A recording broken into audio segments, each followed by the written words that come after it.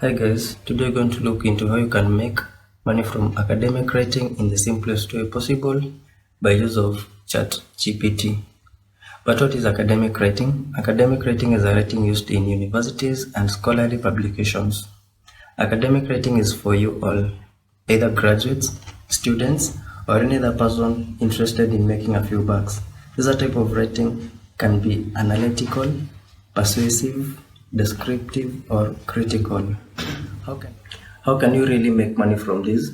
You can make money by writing scholarly materials based on your own research in a certain field, then publishing this to various websites like EssePro and Grade Miners.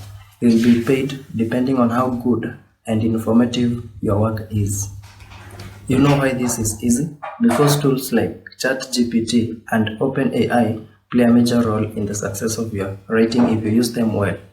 Moreover, you can participate in various competitions on academic writing and earn even up to $2,000 awards.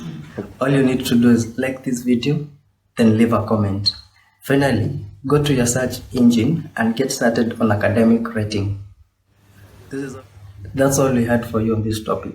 So like, share, comment, and subscribe. Good luck on making some easy and fast cash. Bye bye.